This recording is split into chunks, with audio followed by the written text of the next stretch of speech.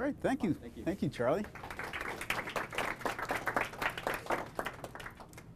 Okay, so I really appreciate the introduction, Charlie. And Charlie and I met, we were down in Florida for another really big time conference and just totally accidentally had lunch together, and I started to listening to him, and I said, wow, this is an amazing story you have, because what Charlie has done by combining health, wellness, and business acumen is a remarkable tale. And out of that, it inspired a lot of ideas, including this project we're doing with Rob Wood Johnson Foundation to uncover what works, what are the best practices in corporate America for companies that have adopted this philosophy of combining the health and well-being of their workers with making a good business thrive. And so that's the work that I'm doing. And I'm kind of like you. I'm a nerd. I'm a geek. I'm a data guy. That's what I do. That's what I've been doing my entire career. So Charlie asked me to spend a little bit of time, just a couple of minutes, telling you who I am, but then going into this presentation of workplace health promotion, which is kind of the other name for wellness programs. What's the latest research? Do these things actually work or not?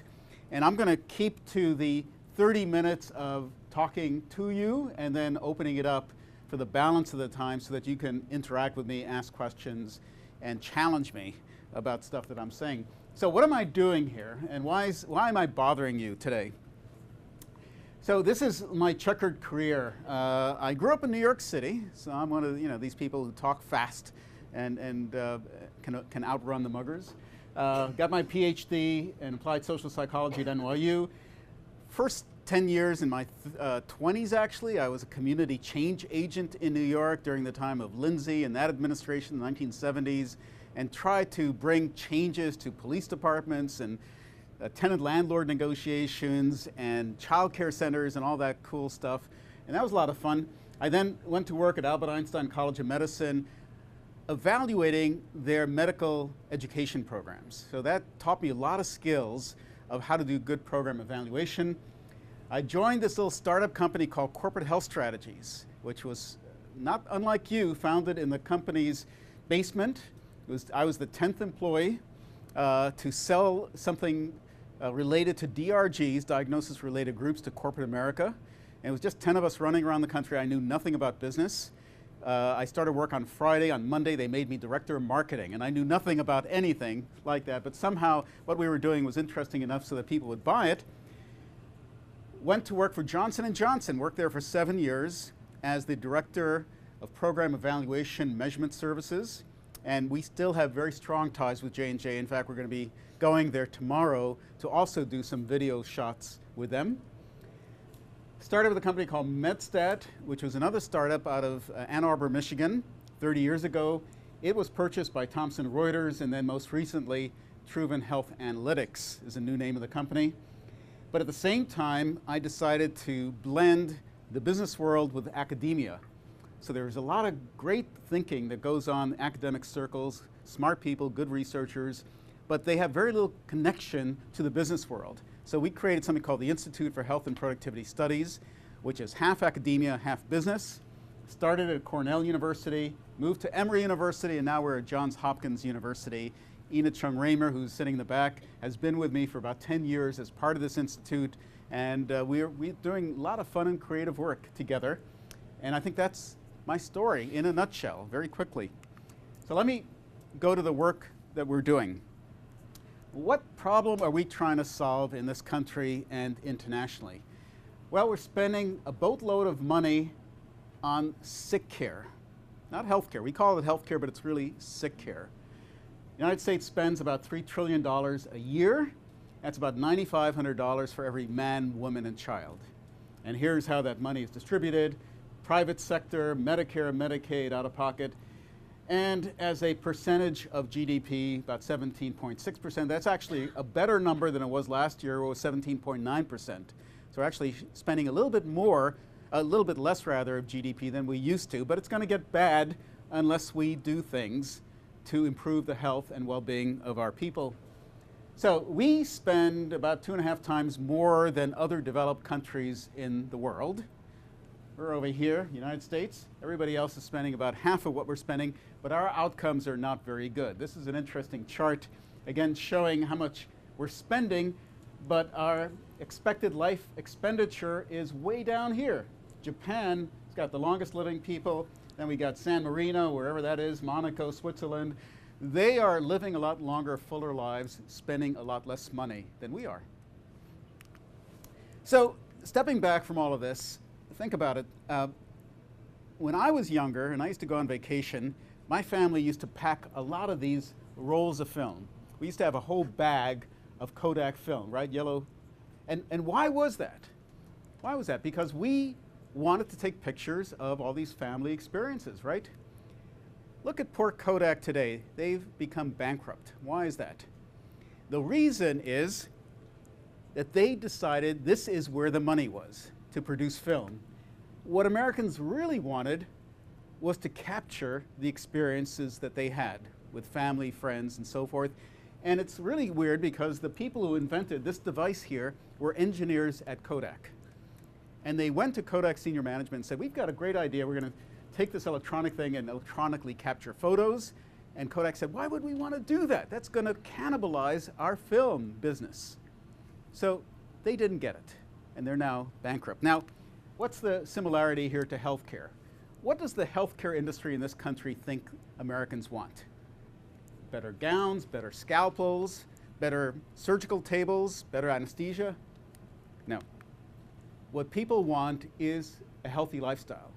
They don't want to deal with the healthcare system because I'm sure everyone in the room has been unhealthy at some point, and you know how much that slows you down. You can't get things done. I mean, it's awful. So you want to lead a healthy and productive life. But here we've got this very skeptical CFO, Chief Financial Officer at a company. He says, wait a minute, I'm spending all this money paying for sick care, and you want me to pay more money to actually improve the health and well-being of my people? That's a little crazy. But if you corner that CFO and say, well, doesn't it seem logical to you that if you improve the health and well-being of your employees, their quality of life improves, healthcare utilization is reduced, disability is controlled, and productivity is enhanced?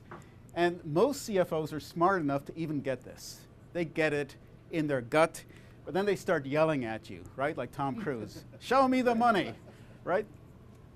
So what is the evidence base that these things actually are good, both from a health perspective and a business perspective? So there's this logic flow. This is essentially a series of hypotheses. We know, for example, a large proportion of diseases and disorders is preventable.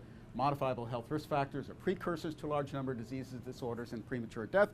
Tens of thousands of studies published every week in medical and epidemiological journals that basically show you that. You got to be physically fit, you got to stop smoking, you got to eat healthy, manage stress. Obvious, lots of stuff there. What's becoming more evident to the business community, these things cost money. So it's not just they're sick, but there's actually a spillover into money. And if you do it right, there are opportunities in the workplace to improve the health and well-being of your workforce. And if you do that, if you are able to move the needle on population health, that may save you money. And by golly, there's even evidence out there for positive ROI, return on investment. Different than anything else in healthcare, you pay money and you get money back. So when was the last time you went to the doctor for any reason, did the visit, and then you waited at your mailbox for the rebate check? It doesn't happen, right? In health and wellness, there is a potential for a positive ROI. So what else is going down there? You guys are all representing this new generation of workers in America and in the world. You're knowledge workers, right? You're producing based upon your brains, not your brawn. Anybody recognize this picture? This is a picture of a company called Microsoft in 1978. Now this is not just the management, this is the company. This is the entire company. Little Bill Gates right over here, straight out of high school practically. So what does that say? You know, here's a tiny little group of people who develop a gigantic enterprise. Productivity all-time high. People need to get more done with fewer workers, but we're still expending a lot of money on productivity losses related to poor health. So here's what it looks like to many workers. The new productivity goals are here. And as you walk down the hallway, a lot more burnout that you see. Here's the new corporate board game that's out there. I like this one. Corporate Crackdown Edition. And what Stephen Wright says is right. I think it's wrong that only one company makes the game Monopoly, right? Don't you agree that that shouldn't be the case? So this is what's happening globally. This is relevant to you.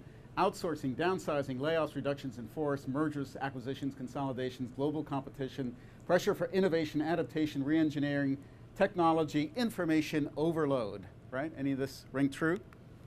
Merger mania marches on. Today's special: home equity loan, car insurance, large fries, shakes, and a choice of mutual funds. Good news, Disney just bought your HMO. These are supposed to be funny. So there's an increased emphasis on productivity, getting more out of people. How do you get it? Well, you certainly give them technology, you get them to work more hours, make sure they show up to work, but also make sure that they show up mentally at work, this concept of presenteeism. You're physically there, but mentally you're somewhere else. And increasing motivation to achieve a peak performance. How do you get people to really, really want to work and like their jobs and do for themselves and for their companies? So this is from Dilbert. This is technology overload. Alice, I just sent you an email. Here's a copy of the message. I'll just tell you what it says. It says, I sent you a voicemail telling you to look for a fax that says, I want to talk to you. So how often is this true in today's world, where we can't just walk around the cubicle and talk to somebody? We got to do it all electronically. And then, of course, we rely upon voicemail. If you'd like to press 1, press 3. If you'd like to press 3, press 8. Thank you for continuing to hold. If you'd like us to contact your family and let them know that you're okay, press 1. And, of course, the ubiquitous cell phone. Everybody in the world has cell phones. Oh, you don't have a cell phone? What do you do with your mouth when you're walking? So when I grew up in New York, there were a lot of people walking the streets in New York who were walking and talking. And we call them schizophrenics. But now they've got an excuse. They're all walking and talking, especially, I love it, in airplane lounges where they're talking loudly about business matters and nobody's in front of them. It gets confusing sometimes when you got these things going on. And overwork. After 47 years in management, it was only appropriate that he be buried in paperwork. Kids and I built a sand cubicle for you. How many people on the beach do you see doing their work? And we're hiring workaholics. So that's the fallout from this push towards higher productivity, increased job demands, detachment, depersonalization, increased healthcare usage, more absenteeism, low morale, increased disability rates on the job, accidents, work-life imbalance, and high stress, right? So these are all the things that are happening. Uh-oh, okay. I need this microphone. Yep. How do you deal with this? I have this right? Yep. Okay. Well, how do you deal with high stress? Well, first of all, I learned about stress management from my kids. Every night after work, I drink some chocolate milk, eat sugary cereal straight from a box, run around the house in my underwear squealing like a monkey. I understand this is a new Next Jump program that you're instituting this afternoon, right? Or you can go to your doctor and say, I'm learning how to relax, doctor. I want to relax better and faster. I want to be on the cutting edge of relaxation. So you take all of these things together, and they end up being a variety of health and productivity risks. And they manifest themselves in terms of medical problems, chest, back pain, heart disease, GI disorders, headaches, dizziness, weakness, repetitive motion injuries, psychological problems, anxiety, aggression, irritability, apathy, boredom, depression, loneliness, fatigue, moodiness, and insomnia. You've got behavioral problems, accidents, drug and alcohol abuse, eating disorders, smoking, tardiness, exaggerated diseases, and then you've got organizational problems and malaise. Higher absence, poor work relations, high turnover, low morale, job dissatisfaction, and an impact on productivity. And what's interesting is that in most companies, there are different departments handling these things. So you've got a benefits department, you've got a medical department, a health promotion department, disability management, organizational development, and they're all trying to do this independently without working with one another, connecting, being strategic in how they view these things. And these things are connected. Back to Dilbert, free blood screening today, 135/88, you're below company average, here's some more work for you. How long do you think you can get away with that, right? So what do you do? What do you do to try to correct these problems? Well, there's a long list of solutions that people come to you with. Say, well, you got to manage disease and disability and absence and health and demand and stress and EAP and re-engineer, reorganize incentives, cut your pharmacy benefits. That's the answer to all of these problems. Do any of these things work? Unfortunately, there's very little objective academic research on the effectiveness of these programs, with the possible exception of the kind of stuff you're doing, workplace health promotion programs. And there is a mountain of evidence there. I'm going to review some of it for you in a minute. But what about this idea of cut pharmacy benefits? Sometimes you do have make some tough choices out there. The Rogaine or the Viagra, one of them has to go from your formulary, right? Or you can go to Canada, get some cheap drugs. This is the way we did it back in the 60s. This is how we're doing it now. So why is healthcare so expensive? This is my former boss at Emory University. Ken Thorpe is his name. He's a health economist. I'm required to have his picture in every one of my presentations. So he did a lot of research that said, you know, what are the drivers to increased healthcare costs? And certainly a lot of it is being driven by new technology, new pharmacological treatments. We take better cares of newborns, depression, allergies. We've got new thresholds for different conditions like high cholesterol, blood pressure, hyperlipidemia. But that's only 37% of the drivers in increased healthcare costs. The remaining 63% is because we have many more people with chronic illnesses. In fact, 3/4 of our spending in this country is on chronic illnesses. And if you look at Medicare and Medicaid, it's 99%. And one of the biggest drivers is right here, obesity. Obesity trends in our country. So these are maps taken from the CDC, going back to the middle 80s, coming up with new obesity maps. And as time progresses, new colors are being introduced.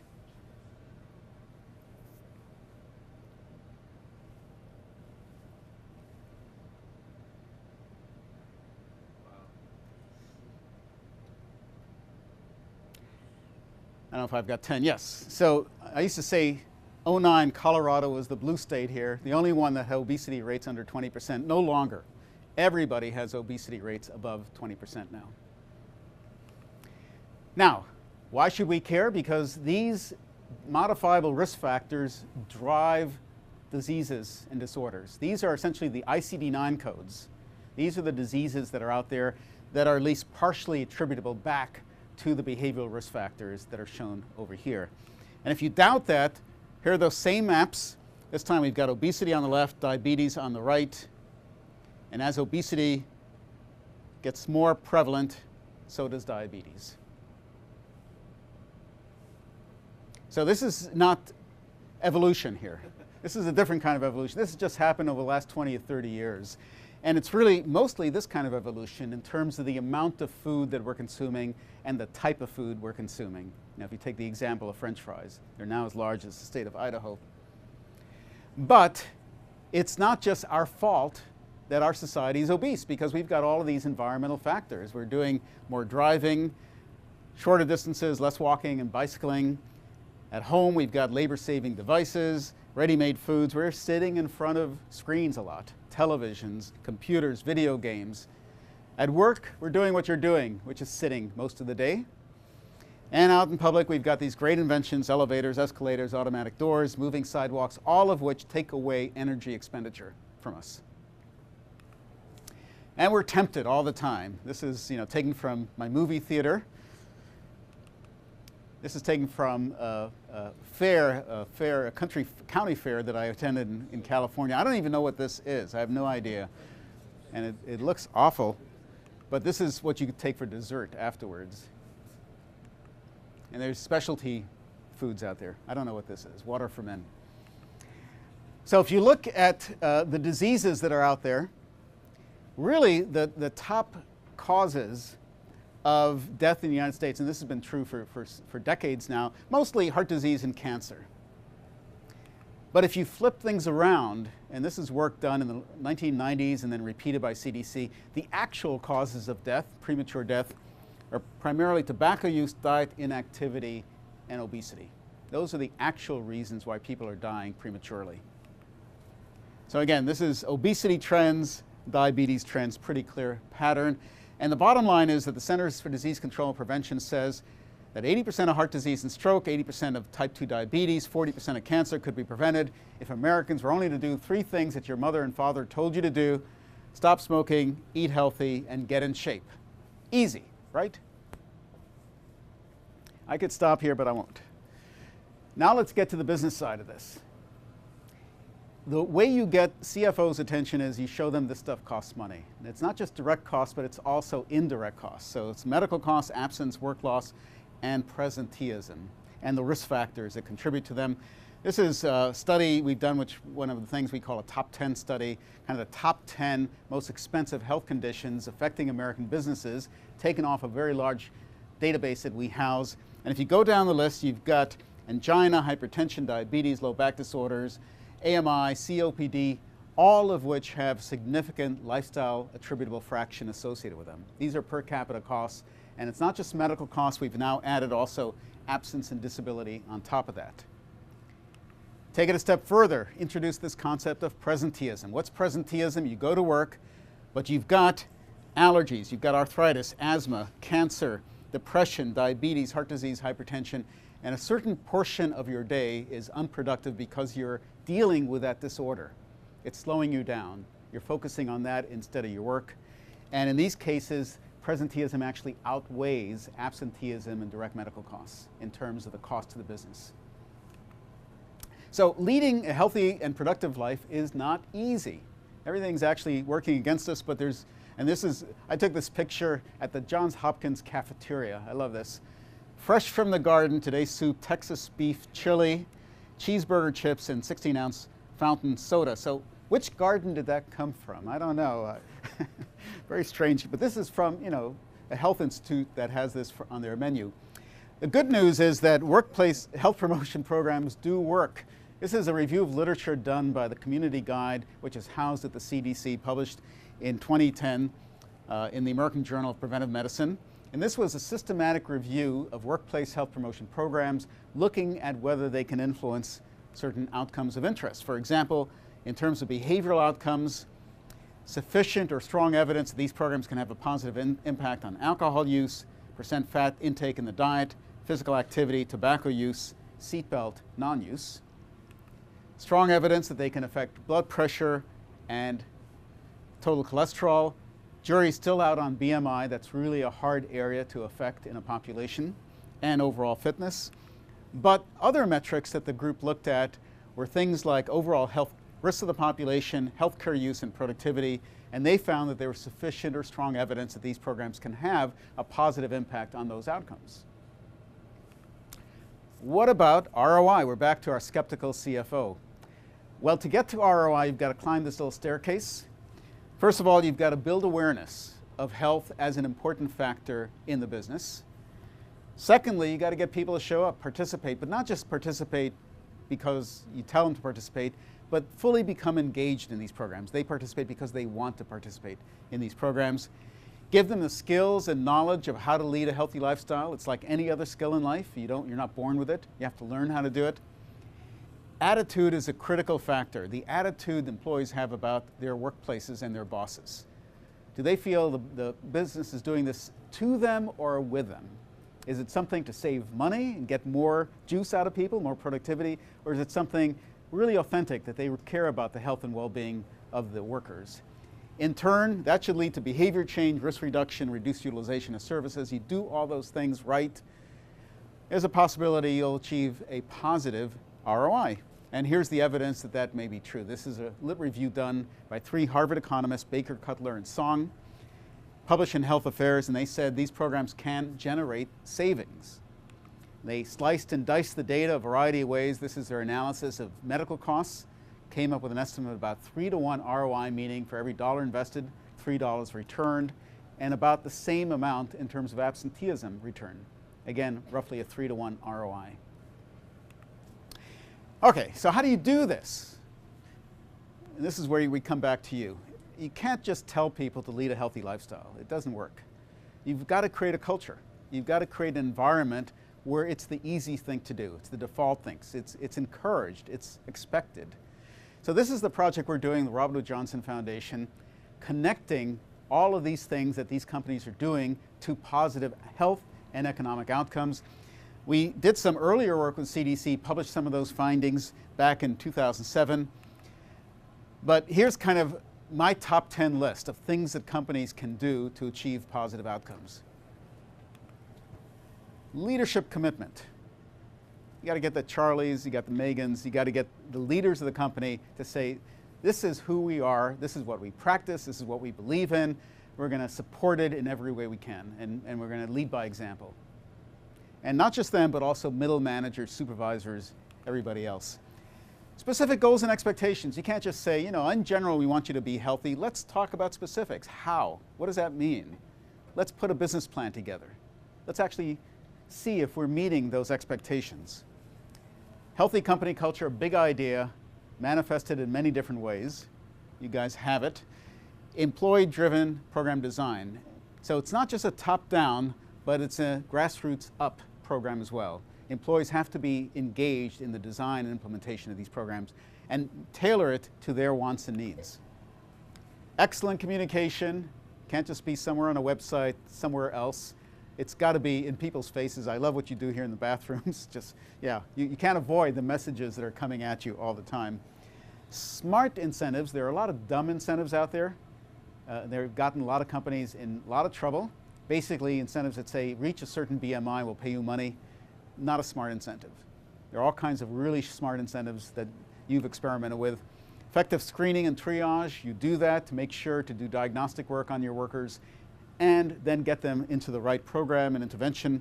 State-of-the-art interventions. There's a lot of science out there of how to do this. It's been around for about 30 years now in terms of how to change behaviors in populations, adopting those. Effective implementation. It can't just be an idea on a drawing board. You have to put it into action. And then finally, measurement and evaluation. You can have the most wonderful, well-designed program on the face of the planet, but if you don't measure and track its performance, it's not going to work. So, again, creating a healthy workplace, balancing the needs of the organization with the needs of the employees, and in your case, as I understand it, it's a 50-50 split. It's hard to do this, by the way, which is why we're going around the country and finding those examples, those shining lights, those examples of companies that have done it well.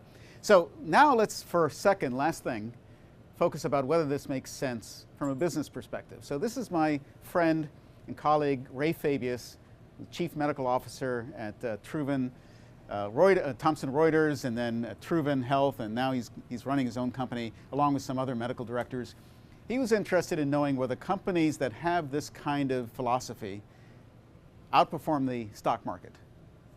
So he looked at winners of the Corporate Health Achievement Award. This is an award that the American College of Occupational Environmental Medicine gives every year to companies that meet certain criteria, and tracked their stock performance versus the S&P 500. Here are the winners of the award going back to 1996 through the present. You can see these are a lot of big name companies that are on this list.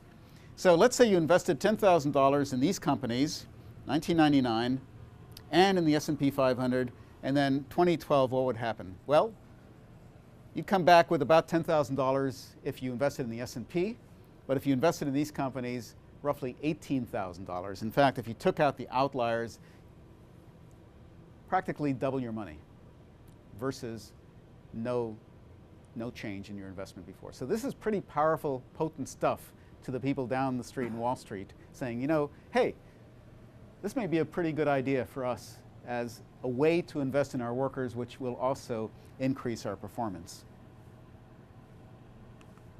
All right, so to sum it up, workplace health promotion wellness programs can work. If you do them right, they can have an impact on financial outcomes, ROI, NPV. You can find those savings in medical costs, absenteeism, STD, short-term disability, workers' comp, safety, presenteeism, but you can't do this alone. You've got to connect it back to health outcomes. You've got to demonstrate that you're changing behavior, reducing risks, adopting evidence-based practices, and connecting it to the overall culture of the organization, the humanistic nature of the business, quality of life and productivity. Improving functioning of the workers, their productivity, attracting and retention, especially in your business where everybody's out to make the most money, but how do you get people to come and stay in the company, employee engagement, being part of corporate social responsibility, and achieving a balanced scorecard. So To sum it up, where we've been so far as an industry is this has been our paradigm, which is bad behavior like poor diet leads to high-risk conditions like obesity, that leads to disease like diabetes, and that's going to lead to death. What a great message. Do what I tell you to do or you're going to die. Not relevant to most people in the room, I think. I think the alternative message is that good health, which is broadly defined as physical, mental, emotional, social, financial, spiritual health, leads to well-being, lots of energy, focus, leads to a purposeful life, and high value. And with that, thank you for inviting me and my team to come here today. Appreciate it very, very much. And we'll open up for questions and discussion.